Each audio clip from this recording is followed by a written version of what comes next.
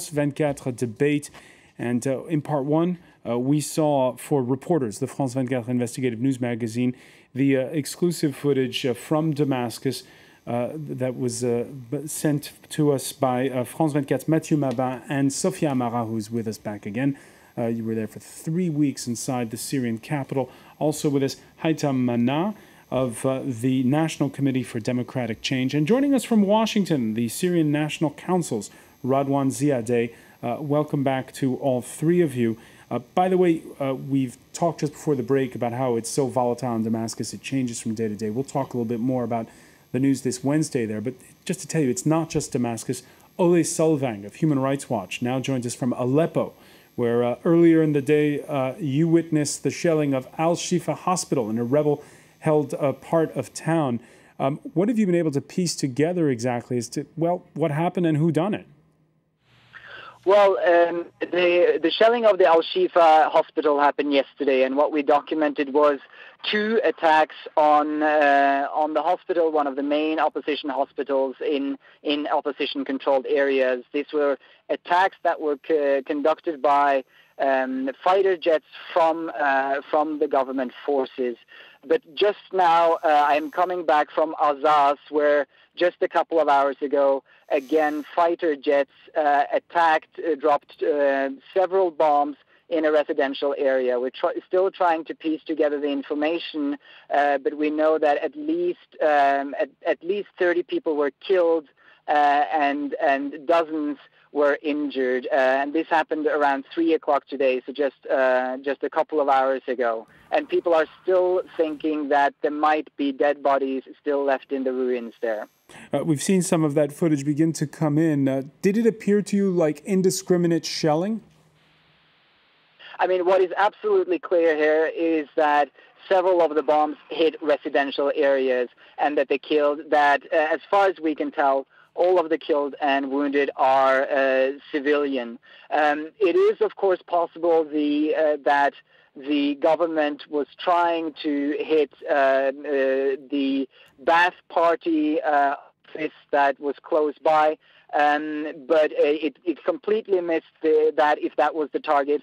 In any case, using this kind of weaponry in a densely populated area is a very serious violation of international law. Ole Solvang, one final question for you. The UN coming out with a report this Wednesday saying no one side has a monopoly on exactions committed in this conflict. Your reaction to that report? Well, I think it is, in one sense, it is true. We have documented that both sides have committed violations and abuses. We have been concerned about increasing number of reports about ill treatment and torture in detention, also by opposition forces. That said, the violation and abuse that we have documented by opposition forces is nowhere as systematic and widespread as those that we have documented by government forces. If you remember, we a long time ago concluded that the violations committed by the government forces and the authorities in Syria constitute crime against humanity. And I think today's attack, where dozens of civilians were killed, many more wounded, is just another example of that. All right, thanks for that. Ole Solvang reporting there for us from Human Rights Watch from the northern city of Aleppo. Thank you for being with us.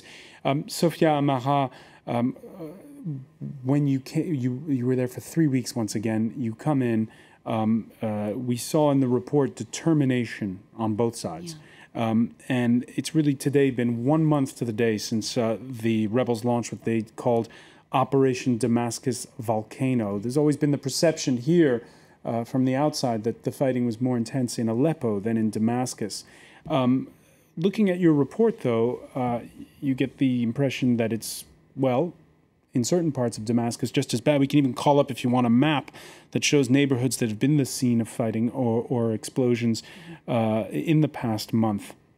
Yeah, it's true. But in Aleppo, for the Free Syrian Army, it's definitely easier because they have access to Turkey quite easily, whereas the borders that are the nearest from Damascus, and you cannot have fights or even a war, because we can actually call what's happening in Syria today a war.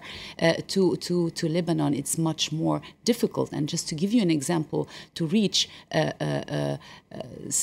Damascus and cross 60 kilometers, it took us 8 days. And one of your handlers was killed. Yes, definitely.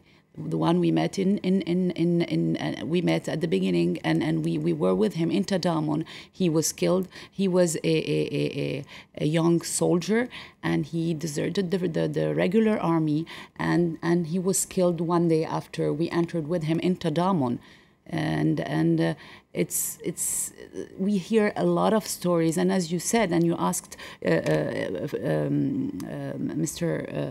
I don't remember what's his name in Aleppo and the borders with Turkey. It is true that both parts today are doing exactions. But when we talk to these people, they say, well, we've been waiting for 70 months, and it's true that some of us go to that extent because we've been waiting for freedom so long, and we've been waiting for international community reactions, stronger reactions for so long, and we saw and we heard that some of the Free Syrian armies they really want revenge for what the population has been through. And of course we all know what happened here and there about the Alawite, about some pro-regime agents who are killed, who are thrown in the desert, who are just victims of exaction, just as they were as the Free Syrian Army and the Free Syrian Army members are being victims of huge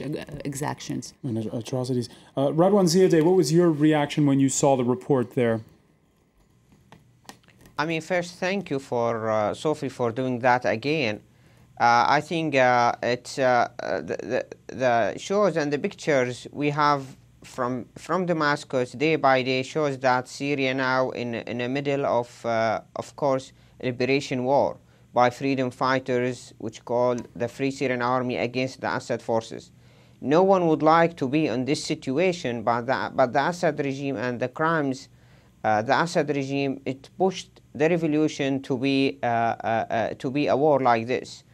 But unfortunately, again, because the inaction from the international community that deepened the crisis in Syria, the inactions allowed, of course, for the sectarian to be raised, for many issues to be the human rights to be violated, even that's with the Free Syrian Army. And we condemn, of course, all the human rights violations, but we again and again we call for the international community to understand exactly what's going on the ground.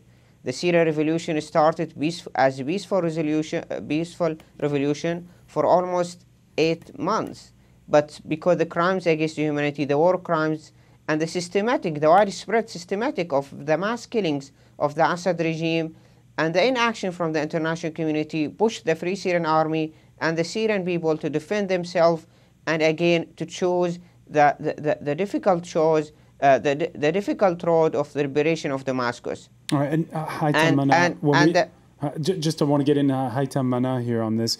I saw your face when you were looking at, you had a pained expression at times watching that report. Yes, because more than 100 Syrians killed every day. And this is the most important thing. It is not a number. 100 human beings is not a number. Every day we have this. From my family, in the 10 last days, I have 5. It is not a spectacle, a show for journalists. It is a bad reality, a catastrophe. For that, I can say to everybody who accepts the violence as standard today, violence is stronger than political solution, but it cannot replace it. You need a political solution. And to have this, we need a ceasefire. We need to stop killing. Really, it is the criminal regime of Assad who is behind all of these crimes. But when you kill today, you are the killer also, not only the regime. But and in this situation, many innocent are killing every day by both. And this is very dangerous for the future of Syria. Do you take Radwan Ziadeh's point that at come a certain level, it seemed like the only solution was to pick up arms? I knew Radwan Ziadeh as a human rights defender. Then he became a political man. It is his right, like me. But I try to keep the principle of human rights in my struggle because I was, for more than 30 years old, for human rights everywhere all over the world. I must be in my house and in my country. But do you understand the frustration of the people in the report that Sofia met? In a tribunal, the people that Sofia met who feel helpless and the only thing they can do is pick up a gun. In a tribunal, a criminal is a criminal. You don't have the right for torture. You don't have the right to kill innocent. This is a principle. We cannot call somebody fighter for freedom if he kill innocent. For that, I said we must ceasefire. We need a ceasefire to stop violence. Violence is become for violence. And we don't speak up to now about foreigners, the jihadist foreigners, more than 1,000 people inside Syria, more than 200 cadavers, people killed from outside nationalities. All of these are dangerous for democracy. We cannot build democracy without principles and without respect for humanitarian international law, for human rights. If we don't respect today, we will not respect tomorrow. For that, we asked yesterday the National Coordination Committee to stop violence, to stop this river of blood. Because now more than 80% of people killing are not concerned. More than 80 people killed are not concerned. 80% innocent. We said to be God in your conscience, this is Shabiha, this is Ba'ath Party, this is army, free army. But the majority of people killed are innocent and not a part of the conflict. Radwan Ziadeh, what would you think of the concept of a ceasefire at this particular point in time? It's does the Assad regime will accept any ceasefire? The use today of the fighter jets in Azaz is the great example of the importance to have the no-fly zone, because Azaz, it was one of the first cities in Syria has been liberated by the Free Syrian Army. And I talked today to many activists in Azaz, and just last week as example, they elected a local authority and they have a mayor to the city, and everything looks fine. They look how to fix electricity, how to fix water, but today using the fighter jets and attack the civilians and the populations, with left until now maybe more than 80 has been killed. Of course, there is many reports, they said 30, but as many sources, they said it's more than 80 has been killed, shows the importance of the no-fly zone. There is no city, it can't be liberated by the Free Syrian Army if there is no no-fly zone.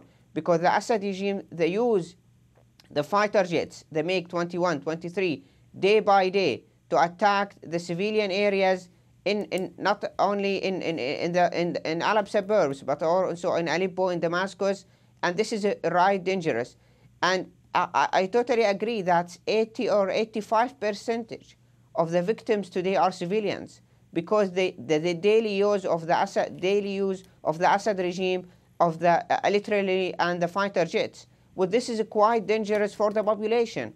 The Assad regime did not stop the killings day by day, and this is why the response of the Free Syrian Army trying to be to push the Assad forces, the security forces, out of the city, but they cannot control the sky. All right, the air power superiority, we saw it in your report, Sofia Mara. Last week, the U.S. Secretary of State discussed a no-fly zone with her Turkish counterpart. Monday, the U.S. Defense Secretary said a no-fly zone was, quote, not on the front burner. We've made clear it would be difficult. It's difficult because of the air defense systems that we're dealing with there. And, you know, obviously, look, the United States As I said, we plan for every contingency. I think I have every confidence that if we had to do it, we could do it and do it successfully. But I think there's a major policy decision to be made here as to whether or not we ought to take that step. Is it only strategy that's holding him back when you're just back again from Damascus? The idea of enforcing a no-fly zone, does it seem plausible to you? Actually, all the Syrians we've met, either academics or Free Syrian Army, just opponent to the regime that have never been taking weapons. Their real problem with the international community, they just say, we understand that they don't want to intervene in Syria. We know that they are afraid of Salafists. We know that we don't have oil. But why don't, and this is an answer to what says Mr. Mahla, why don't the international community just impose a no-fly zone? It doesn't cost anything in human lives, and at the same time, it will prevent the regime of killing us. And of course, I think it's the United States. They do not understand why the United States have this position. Definitely no. Haitham Mana, less than a minute to go. Your answer to that? We can ask the Russian government to make pressure on the Syrian regime for a ceasefire, but we cannot ask them to do what they refuse to do. We must find a compromise, a historical compromise, not with this Assad, but with the army, with a good part of this army who can really be with the honest of the Free Army, the future noyau dur of the core of Syria. Because in this situation, we will fail, all of us. We are losing every day more than $500 million. $500 million. $500 million. Destruction. It is not in the name of the family of Assad or in the name of the opposition. It is the name of the future of Syria that we lost our infrastructure and we lost the best of our youth people. All right, so Haitham Mana, thank you very much. By the way, that report, if you missed part of it, you can catch it in Reporters, the France 24 investigative news magazine. I want to thank as well Sophia Amara and for Radwan Ziadeh for joining us from Washington. Thank you for being with us here in the France 24 debate.